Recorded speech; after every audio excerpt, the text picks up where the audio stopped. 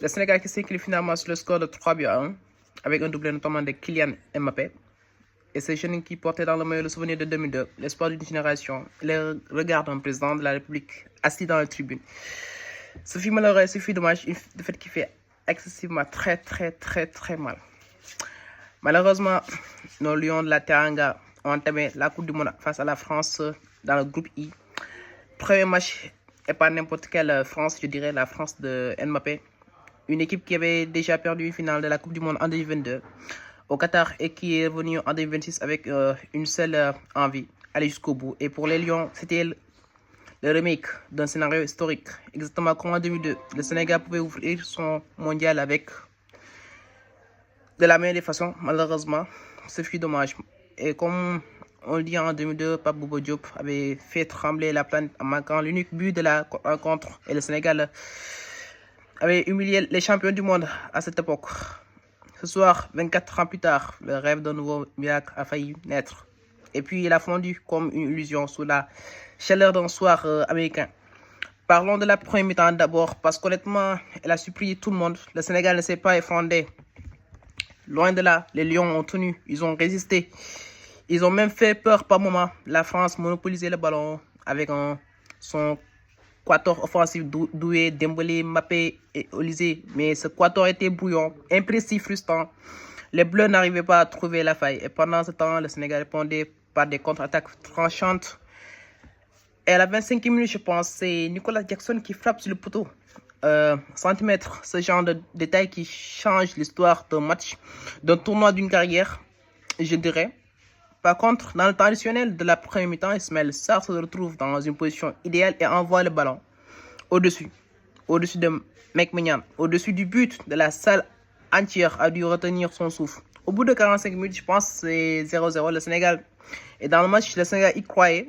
Et malheureusement, dans les tribunes, le président Bassirou Diomaye Faye, venu spécialement pour ce choc, pas encore espéré.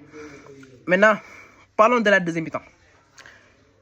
Parce qu'honnêtement, la deuxième mi-temps s'ouvre avec les mêmes intentions. La France pousse, mais la défense sénégalaise, avec Koulibaly, notamment un patron, tient le bloc. Malheureusement, Olysée oblige Edouard Mendy à une belle parade dès la 53e minute, je pense. Mbappé tente sa chance à la 57e minute, voire 58e minute environ, capté par le gardien sénégalais.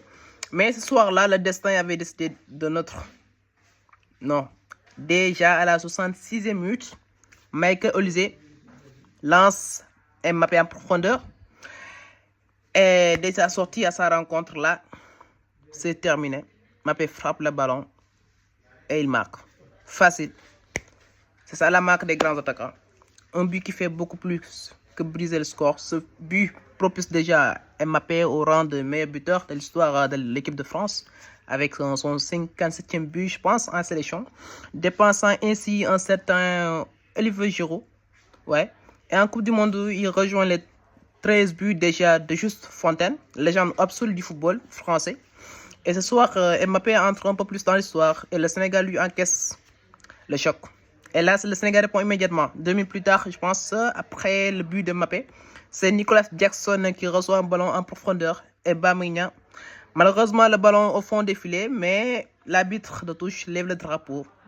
C'était un hors-jeu et c'était prévisible d'ailleurs. Maintenant, le but est refusé et on ne saura jamais si c'est un hors-jeu millimétrique ou une erreur d'arbitrage. Mais dans l'instant, pour les Lions, c'est comme si on leur avait arraché quelque chose. Ce but refusé à la 68e minute, c'est peut-être le tournoi psychologique de ce match, je dirais. Par contre, la France a senti qu'elle pouvait accélérer. À la 80e minute, Didier Deschamps effectue un changement décisif. Ils sont démolés, qui avait été très transparent, je dirais, et fait entrer Bradley Barcola. 2 minutes, il faudra 2 minutes à Barcola pour changer le visage du match, servi par, il me semble, un certain Rabiot, si je m'abuse. Profitant d'un appel de Mbappé qui dévie la défense sénégalaise, et Barcola, bien entendu, avec sa vitesse, avec sa percussion,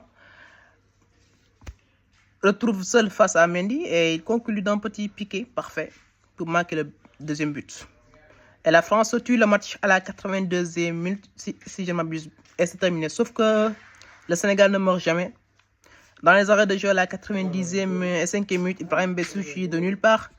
Et le jeune attaquant qui réalise ici son premier bien coup du monde. Et d'ailleurs même, il devient le premier joueur africain, notamment, à marquer à la Coupe du Monde d'ailleurs.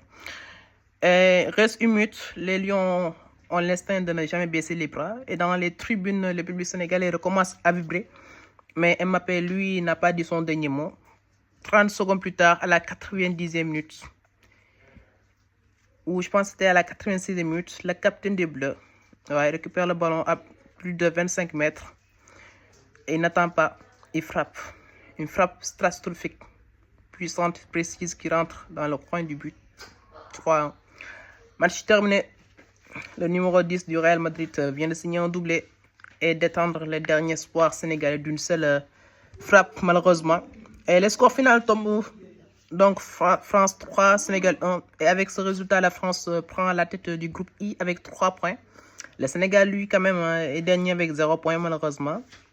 En attendant le match opposant la Norvège ainsi que l'Irak. Et maintenant, la réalité est simple. Les Lions sont dans l'obligation absolue de réagir lors des 2 prochains matchs. Ils affronteront, bien entendu, l'Irak en second match de groupe, puis la Norvège. Derrière Dalang, 2 matchs qu'il faudra gagner ou du moins ne pas perdre pour espérer passer la phase des groupes. Mais au-delà du score, qu'est-ce que ce match nous a appris? Il nous a appris que le Sénégal a du caractère, autant pour moi bien sûr. Les Lions n'ont pas subi, ils ont joué, ils ont eu leurs occasions. Jackson sur le poteau, Sarr qui rate le cadre, le but refusé de Jackson en deuxième mi-temps. Ce soir, le Sénégal quand même n'a pas pu perdre parce qu'il était mauvais. Et il a perdu parce qu'en face, il y avait aussi un grand Mbappé. Mbappé, lors des grands rendez-vous, il n'existe pas. Il survit, il domine, il marque. C'est la réalité cruelle du football et du haut niveau. Ils nous ont aussi appris que Pape Thiaw va avoir du travail. L'entraîneur sénégalais devra bien entendu trouver rapidement des solutions pour relancer son équipe et comment faire face à des transitions françaises aussi rapides, comme mieux exploiter les qualités de Mané, de Sarr, de Jackson dans une organisation collective plus solide. Ces questions ne seront pas rhétoriques, elles auront des réponses et les prochains jours seront décisifs pour Pape Thiaw qui doit se réveiller. Et puis il y a le symbole dans cette nuit-là, Bassirou Diomaye Faye, le président du Sénégal, était là, dans ses tribunes de New York. Il a vu ses Lions se battre avec courage, marquer un but et finalement s'incliner. Et il est venu soutenir ses joueurs sur la plus grande scène du football mondial. C'est fort comme geste, c'est un signe que ce mondial pour le Sénégal, c'est bien plus qu'un tournoi de football. C'est un moment de fierté nationale, même dans la défaite. Parce que oui, on a perdu ce soir 3-1 face à l'une des meilleures équipes du monde, dans un stade américain plein à craquer, sous les yeux de la planète entière. Et ça fait mal, ça fait très très mal, malheureusement, pour ceux qui avaient rêvé d'un nouveau 2002, d'un nouveau miracle à l'américaine. Mais la Coupe du Monde d'ailleurs, ce n'est pas un match, c'est 3 matchs en phase de groupe et les Lions ont encore 2 balles pour se lever. Le foot est cruel, mais il est aussi généreux avec ceux qui refusent de se coucher. Maintenant, la question, elle vous appartient, je dirais. Est-ce que vous croyez encore que le Sénégal peut se qualifier pour la suite de cette Coupe du Monde 2026? Est-ce que vous pensez que les Lions ont le niveau pour battre l'Irak et créer la surprise face à la Norvège? Donnez-moi votre avis dans les commentaires en dessous de cette vidéo. Je vais vous lire. Et si vous voulez le suivre tout le mondial en temps réel avec des analyses franches et directes, abonnez-vous maintenant parce que sur cette chaîne, on ne vous dit pas ce que vous voulez entendre, on vous dit ce que vous devez savoir.